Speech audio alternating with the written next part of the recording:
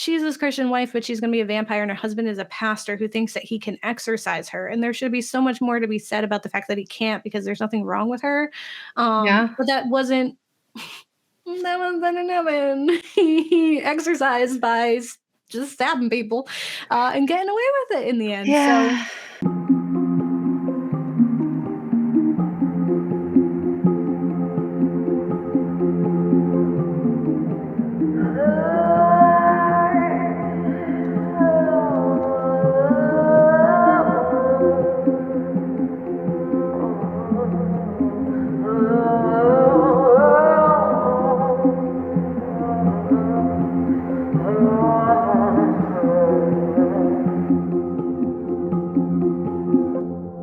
Hi, I'm Gabe. And I'm Kat. And we're the Ghouls Next Door. Talking about spooky stuff. Yes. Yes, and spooky ladies. And today's episode is very tits forward, as Gabe and I were discussing before. So if you're watching, monstrous femme in this episode for us equals the ladies are out. Yep. The ladies are here. They're not playing around anymore. Empowered sexuality. Which is not what this film gives us. By no means. In like such upsetting levels. Yes. Why? I think while we were watching it, we were both like, we can't not.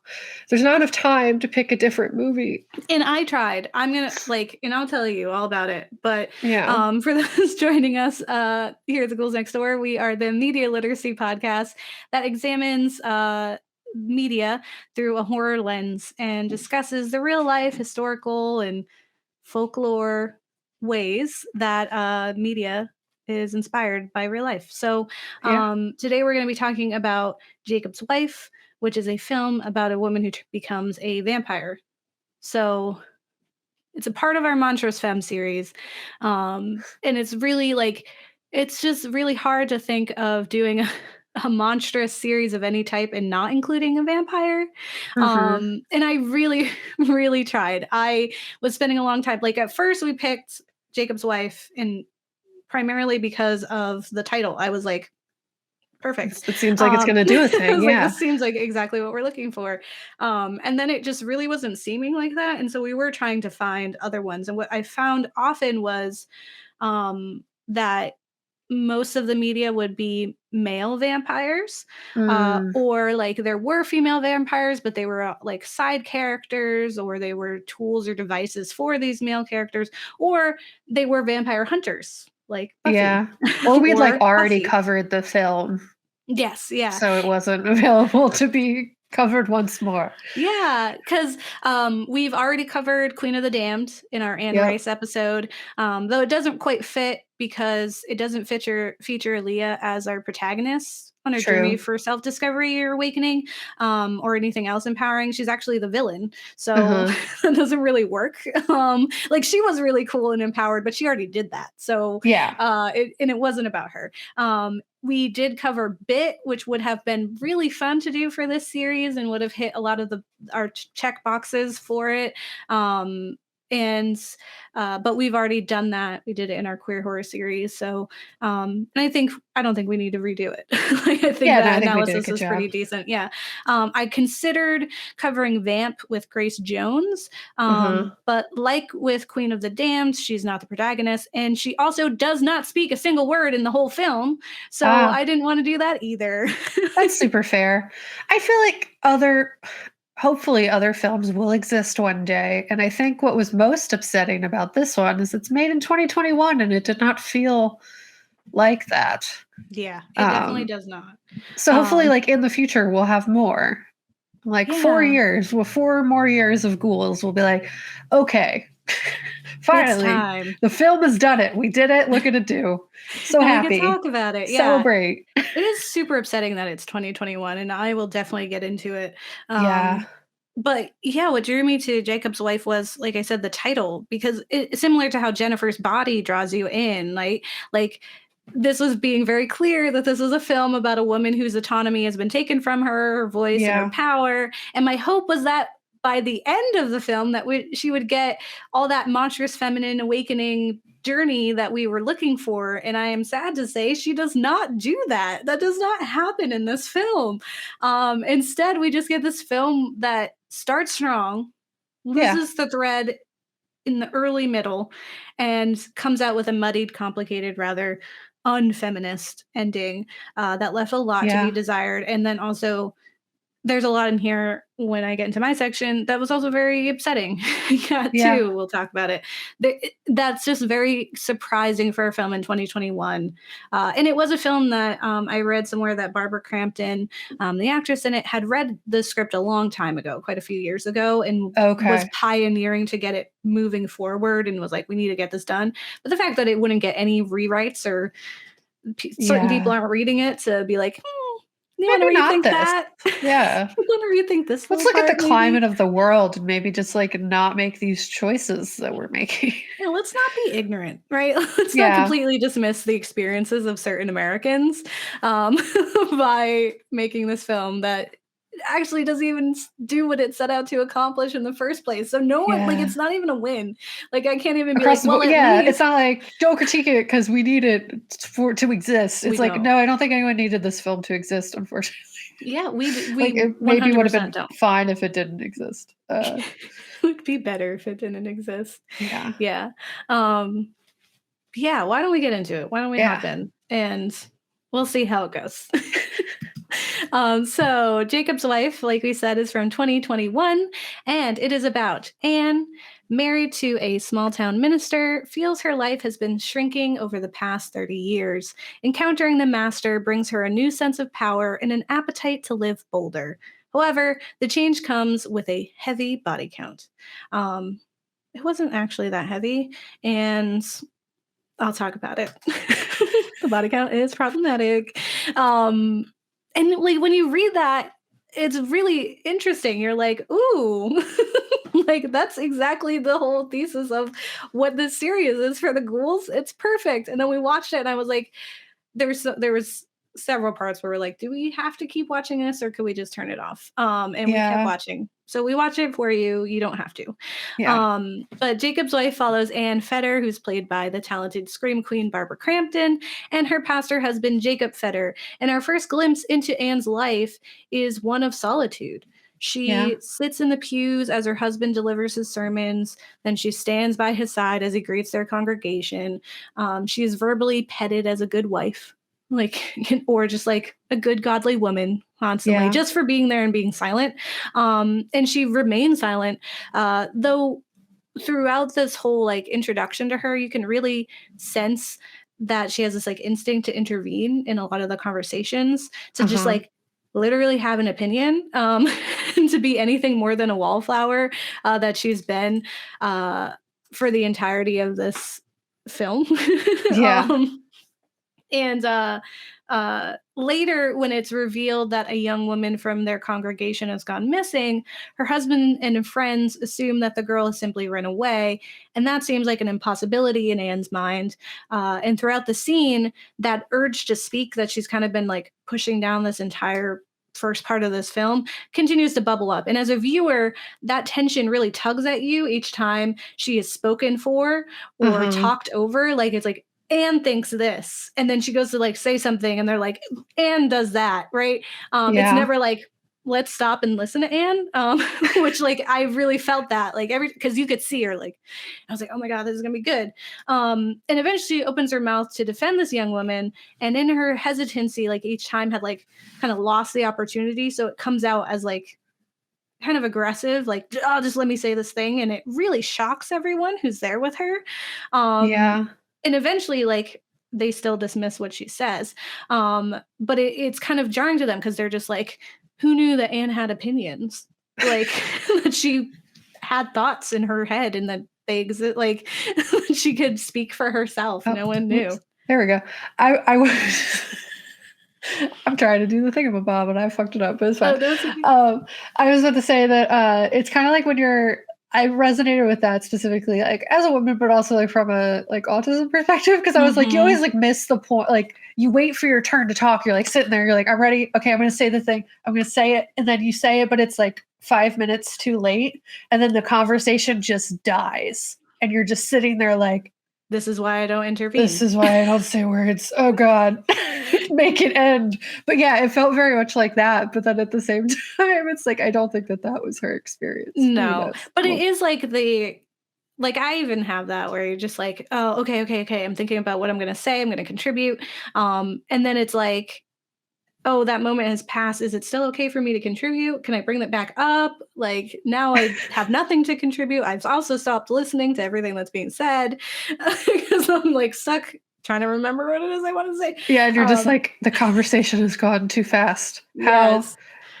How human broken? And but it seems like with this scene, it's just that she doesn't speak ever. And so they've gotten used to that. Yeah, like commonly spoken for, as you said, like talked over, spoken for. So when she actually does like say things for herself, they're like, wait, you're not supposed to do that. Yeah. That's like, not your whole vibe. What are you doing?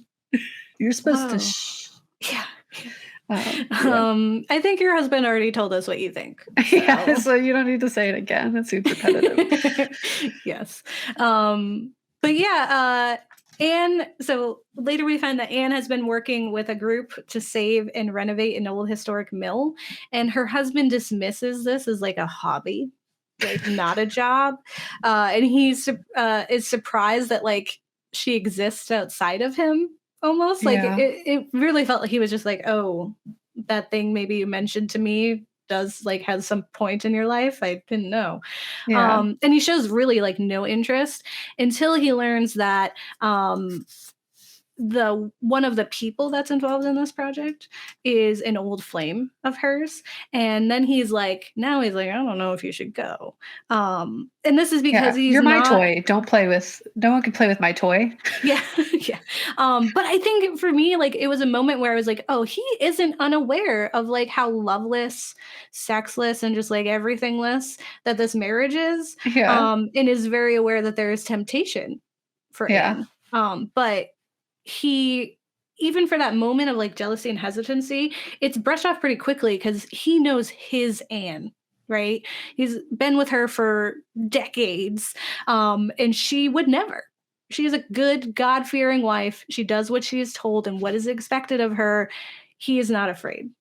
There's like a hint of like maybe, but it's like nah, she's gonna behave. So she meets this old flame, and he plays with her. He's essentially like, telling her about old times when she used to be fun and wild and like just young. She was going to run away to a foreign country and live there. And he's just like, what happened to like the fun Anne, the one who's young and with endless opportunities in front of her. Like she probably didn't grow up, settle down and live her life responsibly. Like in a minute. And like essentially makes her feel bad for just like living a safe life. And we learn here that Jacob had been there for Anne during trouble with her mother's health, and that he was a very stable, reliable, and kind man that she felt she can settle down with. And so, and then, just as like life is, it passes you by, and before you know it, you've just been living the same day to day. And so it becomes clear that like this vampire change is going to be like a midlife crisis kind of adventure for her, or that's what you're hoping. But she, through all those years of being married to Jacob, kind of just lost what her worth is. And as viewers, we want Anne to leave. Like we want her to leave Jacob. We want her to find her spark again.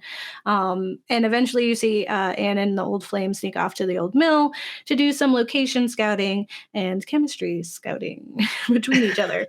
And like, even though you really want her to like do like have better, it's not like you want her to cheat or anything. Like you want her to be like, oh, this ain't it, and leave Jacob. Like that's what I was just like, not like, okay, everyone should cheat on their spouse if they're in a loveless marriage. That's not how that works. It's you should leave. Like you're allowed. Like I get there's also like the religious aspect to that she has to deal with. It's like you can't have like a pastor's wife leave him. That's a big deal. But you should be able to feel like you can leave a relationship that is more harmful than it is good. And it really is for her because she doesn't have any autonomy. But what these two don't know about this mill is that it is the current home to the Master, an ancient vampiric being that has set up shop in their small decaying town, and he's very like Nosferatu looking. He's very silly. There are parts of like when it comes to the vampire and like the gore, that's very fun in this film. And we're in like if it was wrapped around literally any other film, I would have been like, this is great. And that's the part that I enjoyed. I was like, it was so silly, and I was like laughing. Because it's supposed to be comedic. But then it's just but during this time Anne is turned, and it starts her journey into the monstrous femme. However, this journey, though at times empowering for Anne, fumbles with that independence, autonomy, and self-respect that we wanted her to find in the end, and ultimately drops it. And my hope in watching was that she would become Anne in the end, shrugging off the identity of Jacob's wife for good. And she didn't ever. She remains Jacob's wife forever. like they don't trust each other, and I don't know what I was supposed to learn at the end. We'll get there. But I was really expecting so much more from a film titled Jacob's Wife, honestly. In the beginning, I could see where the film was considering to take us, and I was really excited because we have this church wife, Anne, who turns vampire and wakens a strong, independent woman within and takes back her life. That's what I wanted. That's what I was hoping for. And there are moments where we're teased with this possibility. After being turned, she feels violated, changed, and aware of this different person she's becoming. And she like wipes away the blood, and she suffers alone, not wanting to bother, or maybe even just not feeling comfortable or safe enough to share that with Jacob. Which is like, right, a big red flag that you don't want to tell your husband how you've been violated in this way. And she's right to be wary because he doesn't trust her. He never does in this whole experience. So in the morning, she like looks in the mirror, and you can see that she's like finally seeing herself, like considering who she is in the mirror and who's looking at her. Like she's examining her body and her being. And she starts to appreciate this woman and the power that she has within her. And there's these moments of joy and like self-discovery and pleasure that are really bright parts of the film. Like seeing Anne drinking blood from a wine glass, listening to music, and rearranging the furniture in a house is fun. And her private moment with the Master is exciting, and you root for her, and you yearn for her to actually experience pleasure for once. But so much of that is undermined by the entire story and plot that you kind of forget that those moments even existed. Also, just like a thought that I just realized that like in that the Master is also a woman, that there's like queer undertones that we never get to explore either, which is disappointing. The problem with that is it's not a woman. Like in the story, the Master is like, that's how it's been represented in all like the things that are written about it. But it is the Master is played by a woman. It's played by the actress who plays the nun in the Conjuring films or whatever, and she does a lot of different monsters. And so because I was, when I looked it up, that because I was like, this I was like, who is playing this like Master? And I saw that, I was like, ooh, because there could be so, because I was upset, and I'll get into that too, but just like at the idea of like this film where she's supposed to be like taking off of the like oppressive restraints that her husband has put onto her, and then she's gonna go and be subservient to a master. That really, but I was like, no. It was like, I think we're missing the entire part here, which is like another thing we had a problem with Bit for. I was just like, no, not happening. But it's like the Master is kind of different, and I did enjoy like what eventually happens with the Master, but I did hate how the other vampire refers to the Master relationship, and that also made me mad, but that's just because they disrespected all the other characters in this film. So That's a fun side note. Thank you, Kat. Jacob learns of his wife's transformation after finding her devouring their neighbor's corpse, which was actually delightfully gory. She like rips his head off. It was like very funny, and I was like giggling. I was like, "This is very funny." And there are like these comedic moments of relief when like you can allow yourself to enjoy the film for a minute. Like in this scene, she says, "It wasn't me." After Jacob like finds her like lapping up his blood, to which he replies, "Of course it was you." like I am literally watching you do this. And I was like, "That's funny." The stupid gore is funny. The awkwardness is funny. But then it's like, but what are we doing here? I think one of the biggest problems with Anne's awakening is Jacob. Because when she becomes more confident in herself, this woman who once found the red lipstick too sexy to wear to dinner is now wearing low cut dresses, red lipstick, and styling her hair in a new way. Jacob picks up on this and immediately hates it. Yeah. Like, he's not like, "Ooh, my wife is hot." He's like, now she's a vixen. Now she's trouble. Now she isn't the plain Anne that I know will do what I tell her to do. Now she's unpredictable, and he can't stand it. She's a person instead of the idea of a person. Yeah, she used to be how he made her. Yeah. And now she's not. Adam's rib energy. Yes. And he hates it. And there's this part where the master tempts Anne throughout like this film, reminding her of her innate power, her passion, her right to be pleased and desired. But time and time again, she chooses Jacob. And it's like this man who will never trust or appreciate her fire and strength, like ever. And he's made that clear. He does not like her. He doesn't like who she's become. And he really never even cared about her when she was what he wanted anyway.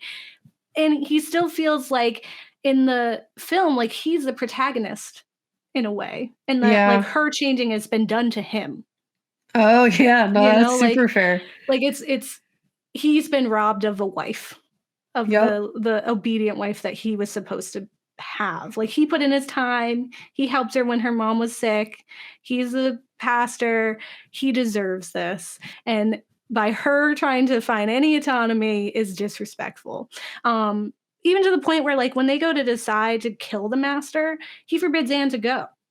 Like, he keeps robbing her of her autonomy, like, the whole time, over and over again, all the way up to the end. Spoilers.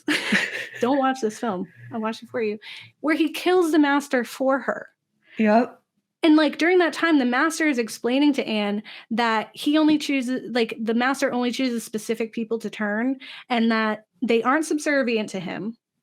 He's like, "I don't own you," which is contradictory to what that other vampire said.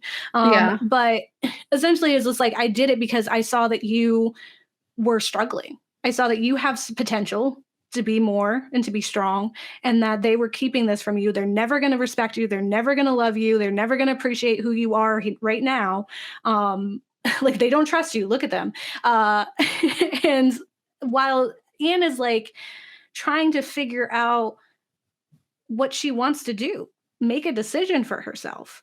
Like, the master is telling her, like, Jacob won't accept you, which is true, and that she's better than him, which is also true. But before she can make that decision to accept the power or to kill the master herself, Jacob yet again steals her ability to choose and kills the master all by himself, and he thinks he's a hero.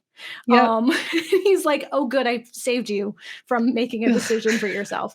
And the disappointment I felt every time she chose Jacob is like, it was like fire. It's like the lackluster, awkward sex that they had, the complacency from Jacob, like in their relationship, like every time it was just like, well, he's safe. And the consistent just settling of Anne on Jacob made the film really hard to watch. And though I enjoy the gore and horror, like I said, I was really outraged by the lack of empowerment and growth for Anne. Like, even in the end, it was supposed to be this tease of like, they don't trust each other. because like they're like, we're gonna be together forever, and they go to kiss, but he's got like a weapon and she's got a weapon, and it's just like, or he's got the stake and she's gonna go bite him, so it's like, oh, maybe there's still trouble in paradise. It's like, there was never there's never paradise. Like, what do you mean? I think always that. Yeah, this film tried to do what Santa Clarita Diet did, in that like the husband's cool with it. You know what I mean? Like, that's what it was trying to do, but they did not have the relationship set up where like in Santa Clarita Diet, like they had a true real bond that like transitioned into the monstrous state, where like in this, he was the worst the entire time, did not see her as an actual person. And then once she's monsterized, continues to not see her as a person, because if anything, now she's an enemy. She's evil now. Yeah. And like, totally, like the constant choosing of him was so gross, even more so than enraging. Like it was both, but like it was like, why? And also it was super gross that like she was like, the master was like, you are the chosen one. It's like, why for what? She's for done why nothing. You've turned other people. why is it this little white lady that you're so about? It's the whole time she says like, maybe Jacob's right. Maybe she ain't got nothing to bring to the table. Oh no. But no, no. But I agree that it was like first of all, he's no Timothy Oliphant, so that's first and foremost. But yeah, because there's a point where he's like being cool with it, but he clearly is like, it's because he wants to stay relevant. It's not because he cares about her. It's because he still wants to be a part of the story. And I feel like those parts when she does choose him in the middle of the film was like the director being like, see, it's different than you thought. Like, I'm being unpredictable. Like, I'm twisting it. And I was like, no, but you messed up. Like, if this was a predictable film, would have enjoyed it. Hands down. I would have had a really good time with the predictability of this film. Yeah, like just let her murder him. Like, why? Let me have that. Like, I get he took care of her when her mom, but she doesn't owe him. No. It like very much ties into the whole like incel argument that like, if you're nice to a woman, you take her, you pay for food, you do that, you're entitled to her and her body and everything that comes with that. And it just played into that instead of doing what it should have done, which was play against that. But I guess that's, oh well, ultimately. It's kind of the reality of what it is currently. Yes. But there is actually an entire other argument besides just the fact that she doesn't actually get to be a monstrous femme in the way that we were talking about, that really solidifies this film as being bad. Yeah. So allow me to go into this journey with you. So other than the failure to live up to the promise of its name, the plot that seemed so obvious, it never revealed itself, there was actually an entirely different issue that I had with this film. And if we are to consider Jacob's Wife a tale of feminism, then it is very specifically white woman feminism. Yeah. Period. Each and every peripheral character is generally a person of color in this film, and they are done wrong. Yeah, flat out. Amelia, who is the young church girl who takes care of her mother, is the first victim in the film, and that was already like a no-go, and an issue that we had where we almost turned off. And that's like in the first 15 minutes. I was like, it is 2021 when this film came out. There's no excuse to make a Black character the first victim. Yep. That is old news. I don't understand why it happens. It's the same problem I had with Quiet Place 2. So many things you could do that are a win, but you do that. Like for no reason. It's just like lazy. How many times they killed Black characters in Quiet Place 2, but in this film, it's just like all of them. And I'm going to go into it. Yeah. But besides that, just besides the fact that they chose to make her the first victim, I hated how dismissive Jacob is to Amelia right from the beginning. Yeah. That he clearly has no care for her as a human, but he only sees her as another face amongst the congregation. He's just like, yes, you're doing a good job taking care of your mom. It sucks that she's awful. Isn't it terrible that she's like, left the grace of God and she's gross? Which is not how you deal with those issues. Anyway, and it's again that thing of like, you exist to serve someone else. And so he's like, good job doing that. Yeah. I mean, Jacob's like a narcissist ultimately. Like, I mean, his whole thing is getting control back. Doesn't actually see people as people. is what He's it a pastor. Okay. Yeah. But what really, really started to make it really upsetting was when Amelia goes missing, because everyone assumes that she ran away. Yeah. And I cannot help but believe that were Amelia white, the town would be scouring the world for her. They would turn it upside down. She would be on the news, and they would not be having that conversation at dinner. It would have been like, oh my God, that poor girl. Yeah. In season 3 of You, actually, there's an episode titled Missing White Woman Syndrome, where it's revealed to Joe that by killing and disappearing a white woman in a suburban neighborhood, he messed up because the world is going to bend over backward to find her. And it's made even more impactful in that show, in that the person who explains it to him is Tati Gabrielle, who is a young Black woman and is like, you're an idiot for not knowing all the complexities of this issue. And in You, there's a whole discussion about the misrepresentation and the disproportionately significant attention white women and girls receive in the news when they're missing, versus the incredibly underreported and undermined missing person cases for BIPOC women and girls. There are entire documentaries, podcasts, and organizations that are dedicated to shining light on this issue. And in our Ways to Help section, I will include many of those organizations and initiatives that are focused on finding Black, Indigenous, and people of color who are missing because they are completely just like forgotten. In Canada, there's a severe problem with missing Indigenous women that just like not until recent times when people were like, hey, this is an issue, that people stopped and was like, wow, that's a lot. Like, that's a big number. Right. And so like how I was like, this is 2021, how ignorant of the entire world or existence, like people who exist outside of yourself and your one experience, like how could you be so deaf and not seeing of these people? Like I was like, this is so tone deaf. It's absurd. And so in this dinner scene, the intent here is for you to feel bad for Anne. And it's like in a way successful. Like I said, you can see her being talked over and dismissed.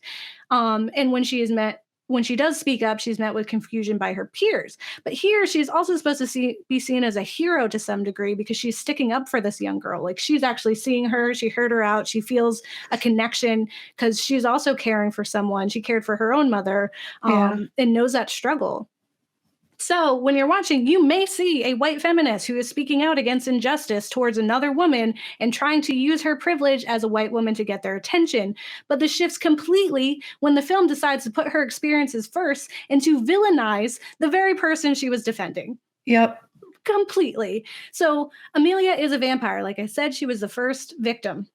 She was turned into a vampire by the master, apparently not good enough to be the chosen one. That said, but good enough to turn, even though whatever. And then she's like super subservient to the master. She like calls him the master. I was like, that's a problem. It's like you cannot have a young Black girl calling anybody master when they look like what are we doing? But Jacob encounters her in the mill while antagonizing 2 young teens of color who are just out having fun. He's been antagonizing them the whole time. Amelia, though her fight is clearly with Jacob, murders one of the teens, Oscar, and then taunts Jacob, like Exorcist style, where she's like, your mother's a whore, whatever. But she's like empowered. Like she shows him like she's happy with the self-discovery. She's free of like the burden that her mother was and the expectation of society. And she is the feminist story that I was looking for in Jacob's life. But instead, she becomes fodder for the fetters. Okay. She like... Later, when they're seeking out the master, they run into Amelia, and that's like Jacob ends up murdering her, and that was a big problem because this whole situation, the whole point of why they were going to kill the master was to quote unquote free Anne because she's in trouble, right? So with that logic, if they were to kill the master, then they could have freed Amelia too. But they don't care. They just killed her. They didn't care that she was just literally just extra. She was just there. She was in their way to complete whatever task they were doing. And Amelia, who is a young, vulnerable woman and very much part of their community, is just dismissed. Amelia, who Anne had defended just days before, is now too far gone and not good enough to save. Because Amelia isn't playing her role the way she was supposed to anymore. She wasn't fitting into the society and the obligations that they were putting on her at the very beginning that made her worthy of finding a good husband and having a good life. And so much more could be said about the treatment of Black women specifically, the expectation on certain behaviors, the policing of their pain and emotions, and that when a white woman is angry, she is heard, but when a Black woman is angry, she is being unprofessional, she is aggressive, she needs to tone down the attitude. Yeah. And when I was watching this, I was just like, how can you miss all of these undertones? Like, how can you miss all of these implications as a director, as a creator, and just be so ignorant to other people's experiences that you make a film like this? And Emilia is a Black woman who's cut down for being too aware of herself, for finally feeling comfortable in her own skin. Eli is a young Black girl who goes to the police after her friend Oscar, a Latina person, is murdered, and she is dismissed because she has a record. And even though the evidence clearly points to Jacob doing shady things, his Bible is found in there, and they still dismiss it. They don't give her any credit. Like, I was like, are you kidding me? The neighbor that Anne eats in a frenzy after he came to check on her well-being is named Naveed and has a young child, and clearly they're in a mixed race relationship. And then there's a young Black girl who witnesses two white people stealing a body and putting it into their trunk, and she is calm, cool, collected, and made into an uncomfortable joke. She says she won't tell on them if they tell her a curse word, to which Anne tells her to F off. Yeah. Which is incredibly uncomfortable for a pastor's wife of a clearly majority POC town to curse out a young girl while they are stealing a body in front of her. Yep. And even the butcher in the supermarket does not report Anne for literally only ordering blood, which is an incredibly reasonable time to call authorities to give them a heads up about this weirdo. Instead, he keeps it to himself because there's no way that the police are going to listen to this Black man over a story of a white woman who, mind you, later is found draining someone in her home. Yep. Again, they know. They're like, this is not gonna, they're not Eli who's like, maybe there's hope. There isn't. So the film fails to give us the feminist arc that we were looking for. And while half-heartedly even trying to do that, also manages to completely abuse and misuse BIPOC bodies. If you're going to make a film about a white woman finding her power at the expense of and on top of Black and brown bodies, then at least give her autonomy in the end.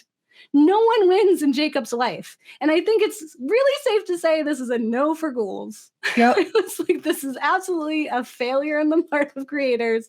And I cannot condone this in the Ghouls history of films. Top of the we dislike. Yeah. It's with contracted. Yeah. Not redeemable. There's nothing good about it. It's honestly the amount of times we almost turned it off. And it's interesting too, because I don't think this is going to be something like Midsummer where we go back and we're like, oh, it's different. No. You can't you can't convince me. You can't. Yeah. Because also if it was like, maybe that's what they were trying to do, then it was not this man's job to tell that message then. Yeah. Like maybe Barbara should have written it, right? If she was pioneering it. If anything, it just shows how clearly out of touch she is too about being this white feminist. Like, did you feel like a win? Did it feel like a win to you, Barbara? Like at the end, did you feel like that Anne got to be Anne and not Jacob's wife? Because she didn't. She was always Jacob's wife. And then they just got to they got to get away with everything. There was never a time where I felt like I was rooting for them. And then all of these people have to suffer around them. And every single time they were a person of color. And it was like, that's just why. Like, did you think you were doing a good thing by including people of color in your film? You were like, oh, look at us. There's so many of them. But you killed them. And the one you left was the sheriff, which is already a problem. Like, we already have so many things to unpack there. And they end the film on this scene specifically where the police force is just like, Jacob, handle your wife. Yes. She literally was tied someone up and draining them in her living room. And the response is not, this is a crime. Yeah. Arrest her for murdering all these people. It was, hey, Jacob, your wife's doing a lot. Can you handle that? Yeah. This is more of a religious thing than a serial killer spree. Yeah. This is something definitely up your alley. And it's like, just because you confirm the existence of vampires doesn't mean that vampires can't be held accountable for their actions. And like, that's exactly what they were like. We killed the master. And so that wasn't a real crime. They weren't a real person. And neither is your wife. It was only BIPOC people. So like, what? So like, even if that's what they were trying to convey, like, in the world of giving this film way too much credit that it does not deserve, even if that's what they're trying to do, who is Travis Stevens? Yeah. And does he even kind of have the right to tell that story? My guess is no. I'm going to guess no as well. So, yeah. What are you doing? First of all, you got 2 first names. And you know how we feel about that. That's not the problem, but just putting it out there, you know how we feel about that. It's not even your fault. But right from because when I was typing up this script, when I first wrote it out, that's the first thing I thought when I read it, the director. You're but like, there's so many things. It's just like contractual. When I said, don't put maggots in a vagina unless it's going to mean something. Yeah. Don't put people of color, Black, Indigenous, all of them in your film if you're going to abuse them in this way and not like, and be just so ignorant.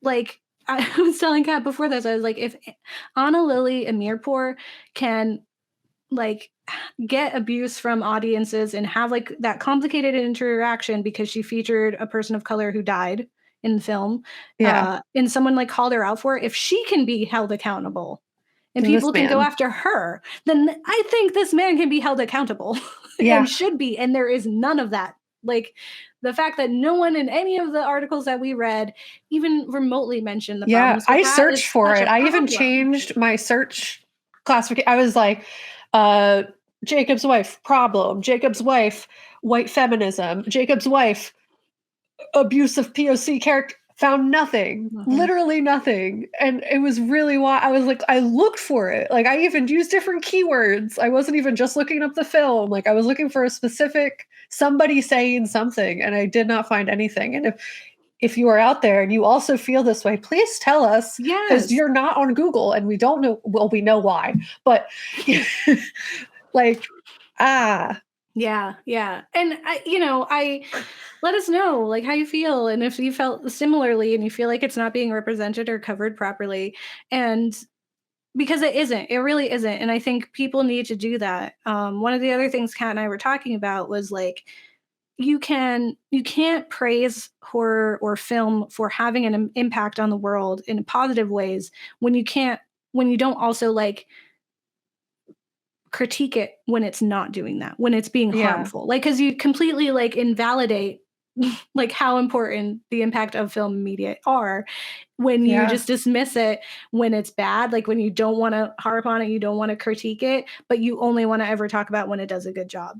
Because that is a disservice to the entire genre and to media as a whole, and as for you as a critic to not be scrutinizing at times. Like it's okay for you not to love everything, and it's okay for you to pick out on things that are not good and to call them out for that and say we need more films about female vampires kicking butt, or just like femme vampires kicking butt, like whatever it is. We need more of that. We don't have it, and the one that we do is trash.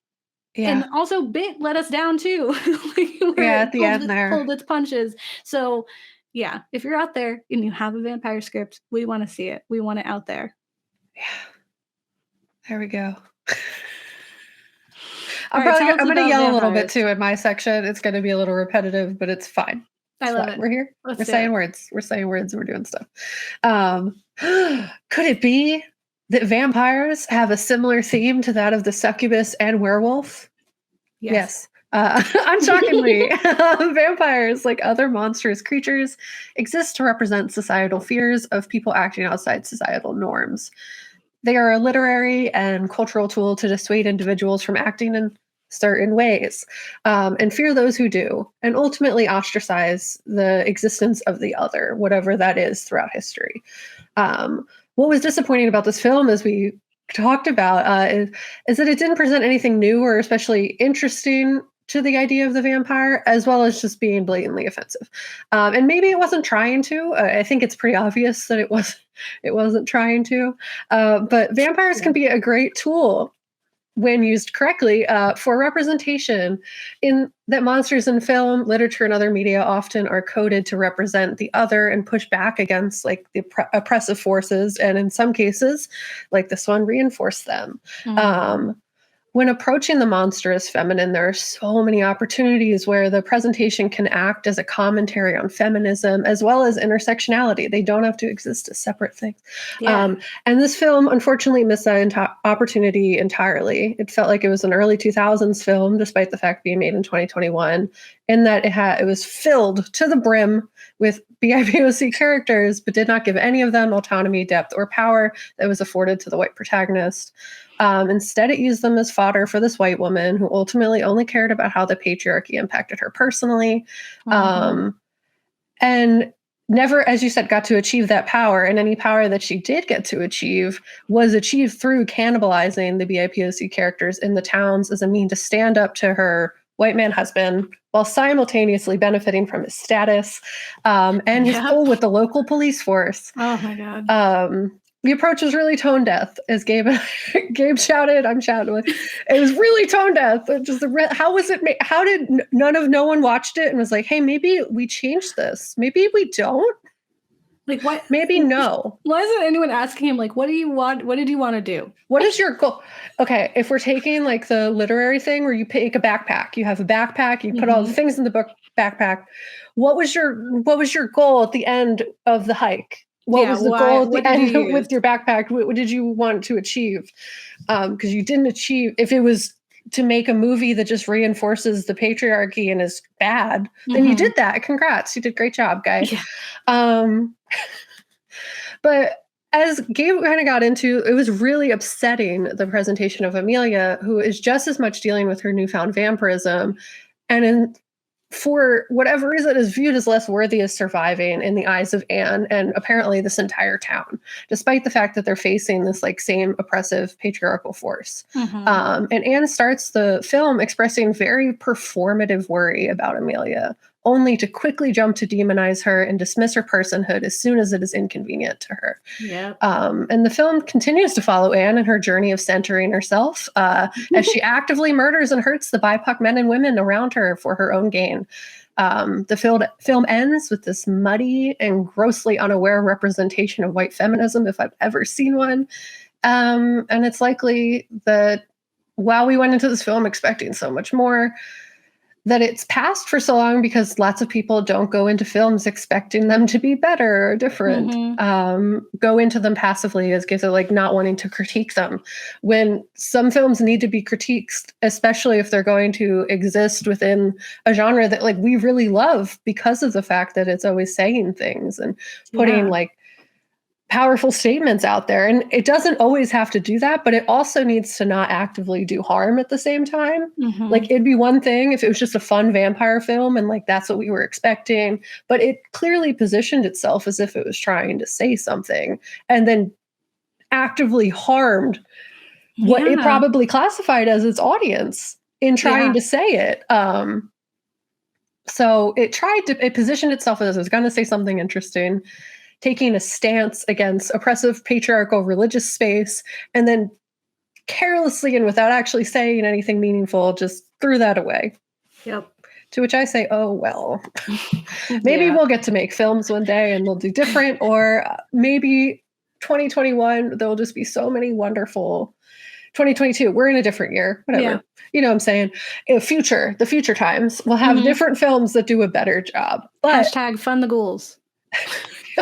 Hashtag fund the ghouls. We'll do it. I promise. Gabe has so many monstrous femme scripts. Like I will put the money where my mouth is. She has at least 3. I just want to say that.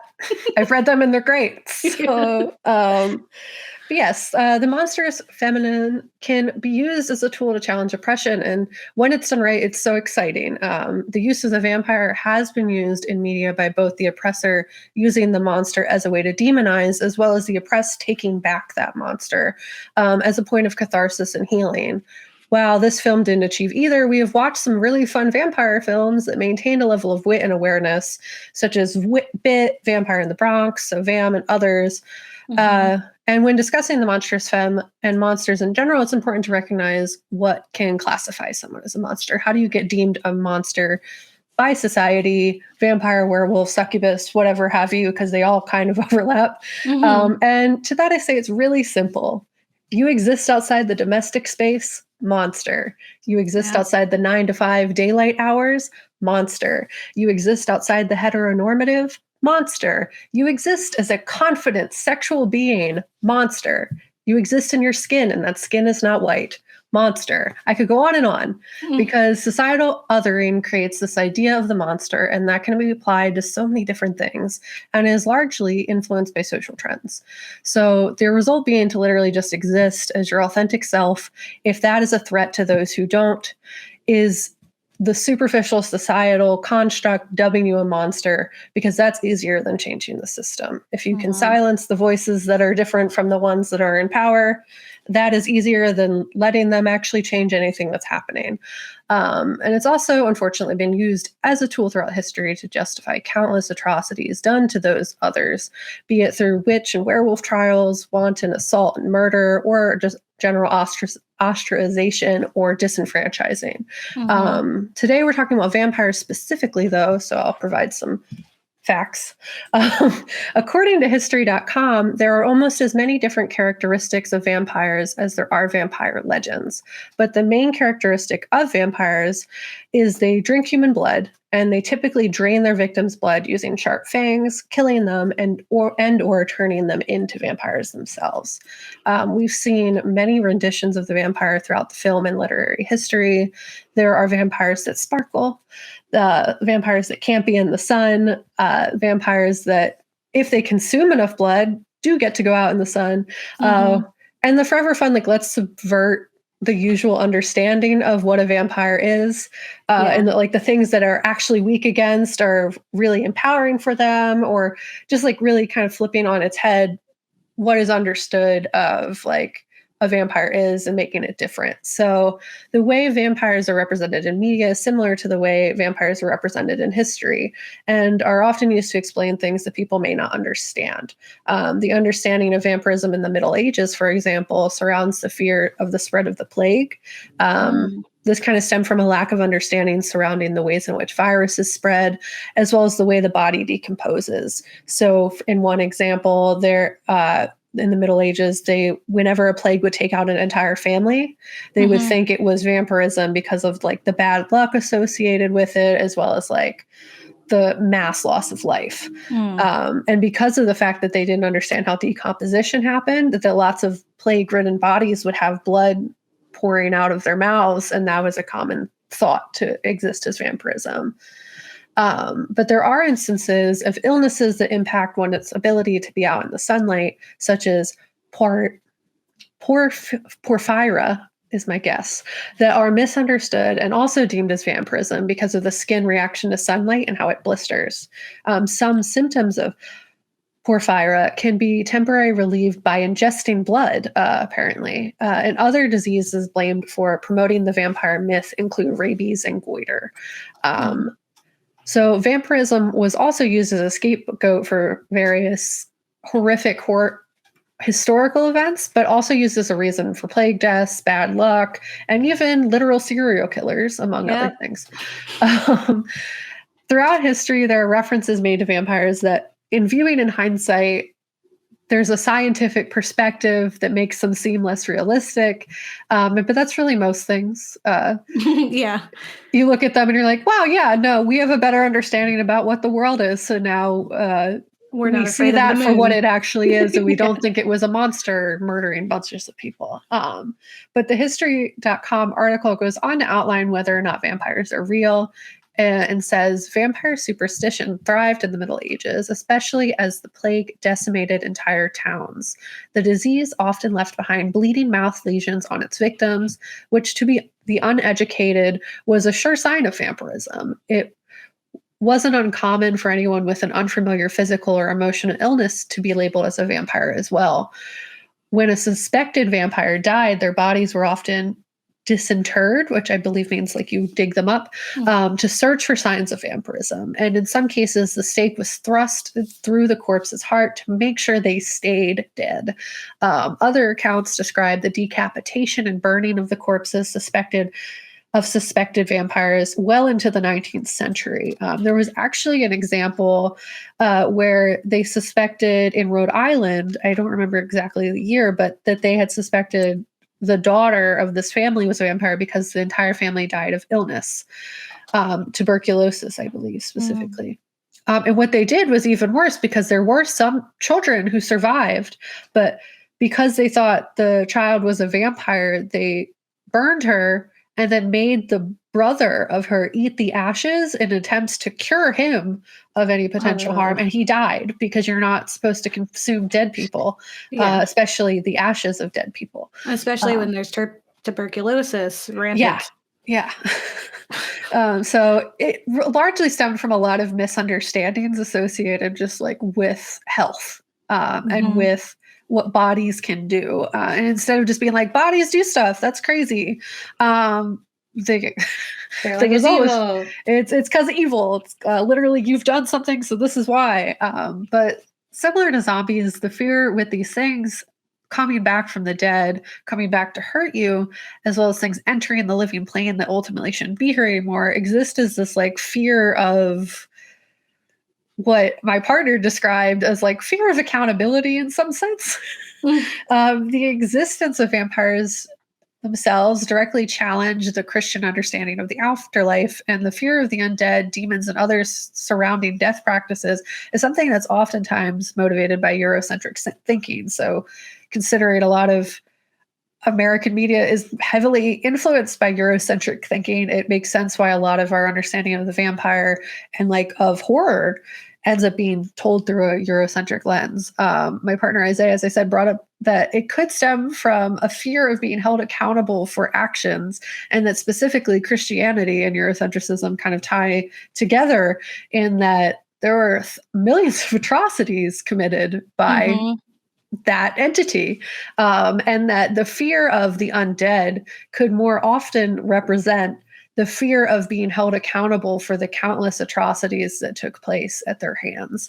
In thinking of colonialism, imperialism, and other isms that were committed by white Europeans and Americans, etc., it's not a stretch to think that there may be a subconscious fear that one day there will be a collective vengeance that might force one to atone for those sins. If thinking about the fact that Catholicism as well as Christianity, there's a level of atoning for the things that have taken place, that would be like a natural Crusades, fear even. to have. Yeah, exactly. So that the millions murdered could come back for vengeance to get back at them for their unjust ends, or even someone who's lived through the horror of everything that is humanity, all the atrocities that have taken place, and can out that history for what it actually is. My point ultimately here is to highlight the fact that the fear of the undead is not a universal thing, that there are lots of cultures and different places around the world that have a different relationship with death and ancestry, and that it's not a universal thing to fear the afterlife or death. So I think vampire stories could look very different if told from like different lenses. The other side of vampire representation is less about the fear of vampires and more of the allure of the idea of the vampire, the power of being a vampire and escaping from the short-sighted human experience. That being a vampire would be a point of power for those who have been victimized by systems of oppression, enacting that vengeance and vigilantism that they've kind of like been without.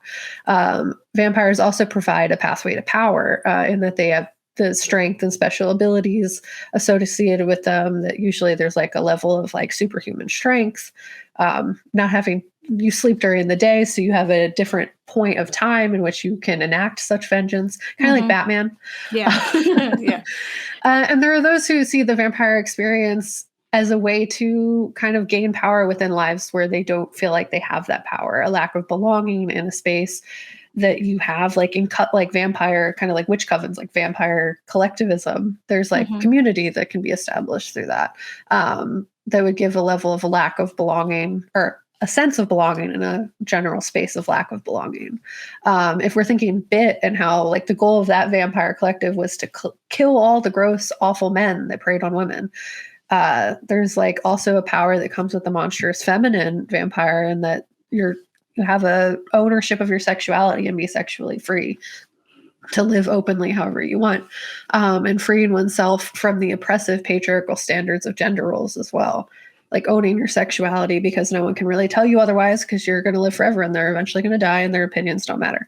And yeah, just escaping death is also something that could be like really exciting and powerful and freeing. And that freeness is kind of what makes vampires very interesting in addition to being scary in some lights, just because there's a lot of simplicity and short-sightedness that exists in humanity. If you think about how climate change has taken place, it's because everyone just doesn't think about what the future is going to look like.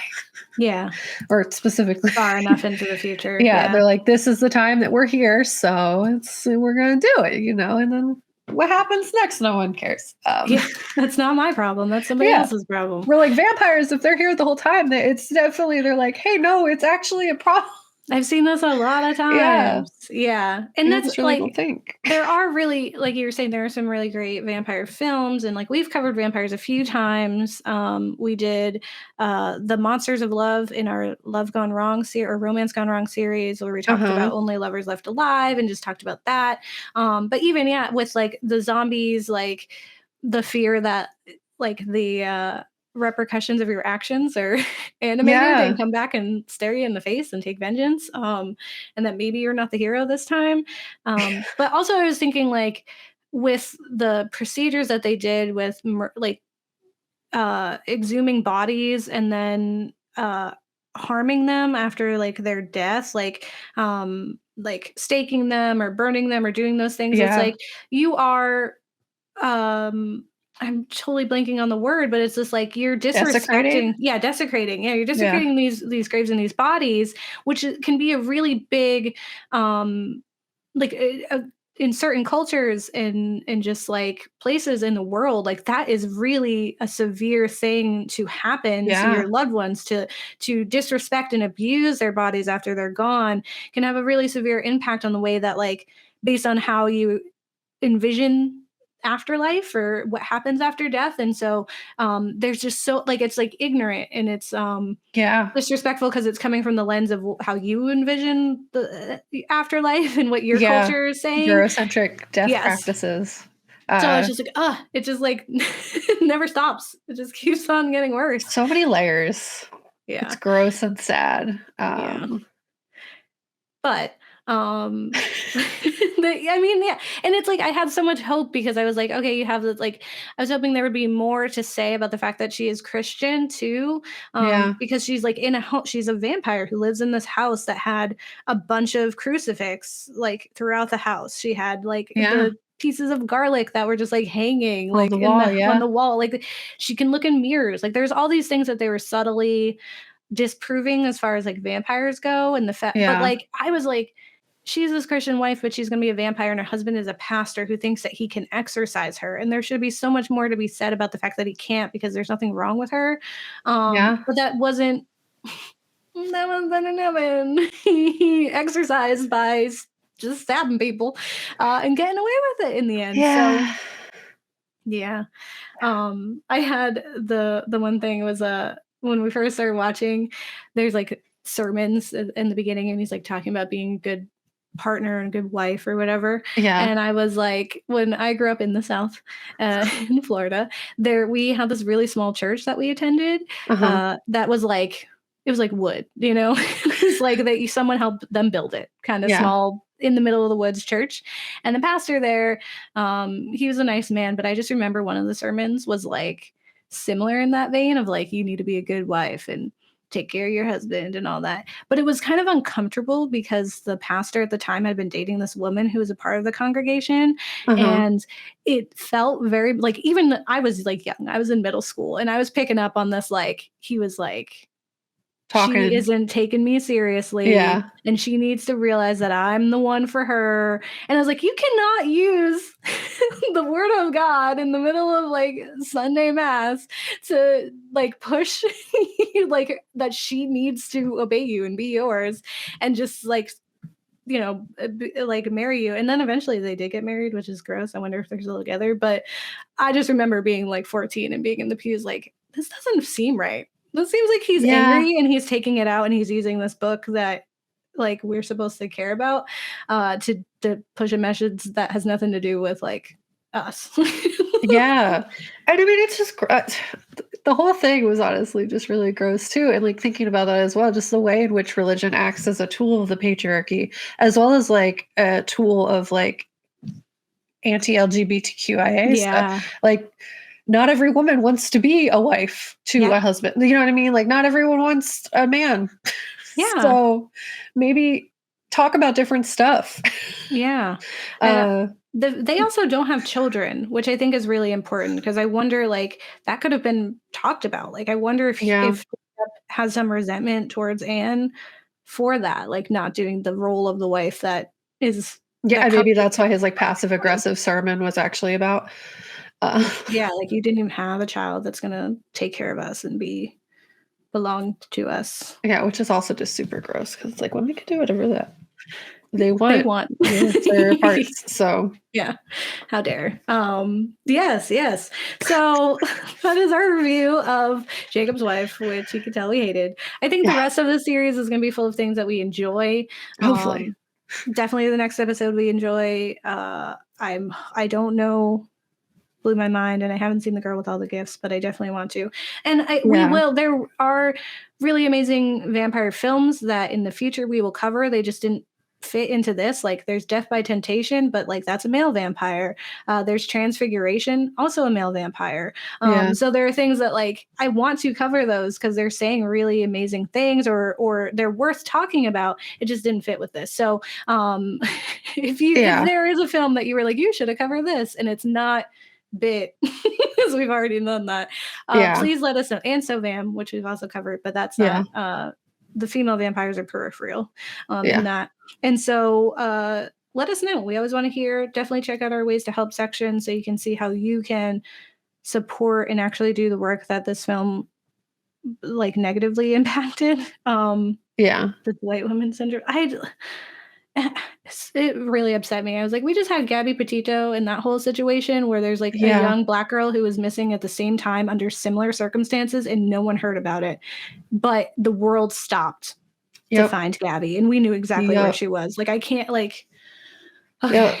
You can go on forever about missing women. So, and maybe I will, because we will do true crime at some point. And I mean, as Gabe said, check out the ways to help section, because there are people who are doing not what Jacob's Wife did, and are like real life practical applications for these things. There are actual missing human beings that need to be found. So help and support where you can. And don't get married. Delete your kids. Or just don't get married, because it's an oppressive system. Yeah. Like, literally. I don't want to be Here is a goat. off. Thank you. Now you are a wife. I've exchanged ownership from your father to your husband now. Like, I don't have either of those. It's also like, okay, like, I'm not going to go on this tangent, but the way in which Catholicism as well as capitalism intersect with the patriarchy and selling human beings, especially women, is really upsetting. It started in Italy at the birth of mercantile culture. Well, it didn't start there. Like, it just like that's one of the places. It's gross. Selling women, yeah, and which we've talked about. Where you're like, I have a new wife, so I'm gonna murder or like set loose all the kids from my first wife, and my first wife is dead, so her name's erased from all history, replaced by new. Just look at King Henry VIII, and he just offed wives whenever he felt like it, because they're less than. It happens all the time. History is gross. If it doesn't make you mad, you're not reading it right. Yeah, you're not paying attention. So I hope you hate this film. Don't watch it if you haven't already. And remember to like, subscribe, rate, review. We're on TikTok. We're on TikTok. People like us there. Apparently. Who knew? Cool. We're hip. But we'll see you next week. Yeah. All right. Bye. Bye.